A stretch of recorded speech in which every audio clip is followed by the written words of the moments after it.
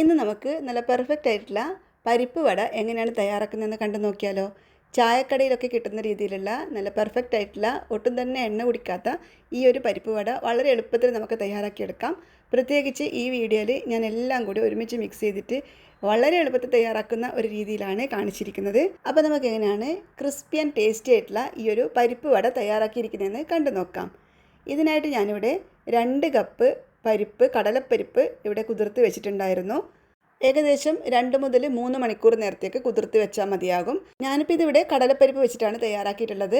മിക്കവാറും ചായക്കടയിലൊക്കെ green peas പരിപ്പ് ഉണ്ടാവുമല്ലോ, ഗ്രീൻ പീസ് പരിപ്പ് വെച്ചിട്ടായിരിക്കും പരിപ്പ് വട തയ്യാറാക്കുന്നുണ്ടാവുക. ഗ്രീൻ പീസ് പരിപ്പിന് ഈ ഒരു കടലപ്പരിപ്പിനേക്കാളും കുറച്ചുകൂടി യെല്ലോ കളർ ഉണ്ടാവും. അപ്പോൾ 2-3 മണിക്കൂർ കുതിർത്ത് കടലപ്പരിപ്പ് നല്ലതുപോലെ വെള്ളമൊക്കെ ഊറ്റി മാറ്റിയതിന് ശേഷം അതിൽ നിന്ന് ഞാനൊരു 4 ടേബിൾ സ്പൂണോളം കടലപ്പരിപ്പ് എടുത്ത് മാറ്റിയിട്ടുണ്ട്. അത് നമുക്ക് കുറച്ച് കഴിഞ്ഞ് ചേർക്കാനുള്ളതാണ്. അപ്പോൾ വെള്ളമൊക്കെ ഊറ്റി മാറ്റിയിട്ടുള്ള ഈ ഒരു കടലപ്പരിപ്പിലോട്ട് ഞാൻ കുറച്ച് സവാളയും പച്ചമുളകും ഇഞ്ചിയും പിന്നെ കുറച്ച് കറിവേപ്പിലയും കൂടി ചേർത്ത് കൊടുത്തിട്ടുണ്ട്.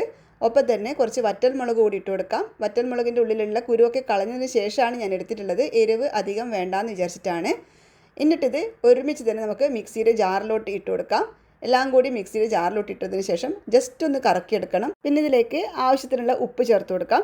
അതിനുശേഷം ഇനി ജസ്റ്റ് ഇതൊന്ന് കറക്കിയെടുക്കാം. ഒത്തിരി അരഞ്ഞൊന്നും പോരുത്, ജസ്റ്റ് ഒന്ന് കറക്കിയെടുത്താൽ മാത്രം മതി. അപ്പോൾ ഇത് കണ്ടല്ലോ, തരിതരിപ്പായിട്ട് ഇതിനൊന്ന് അരച്ചെടുത്തിട്ടുണ്ട്. ഇനി നമുക്കിതൊരു ബൗളിലോട്ട് മാറ്റി കൊടുക്കാം. അതിനുശേഷം ഇതിലേക്ക് നമ്മൾ മാറ്റി വെച്ചിരിക്കുന്ന കടലപ്പരിപ്പുണ്ടല്ലോ, അതുകൂടി ചേർത്ത് കൊടുക്കാം.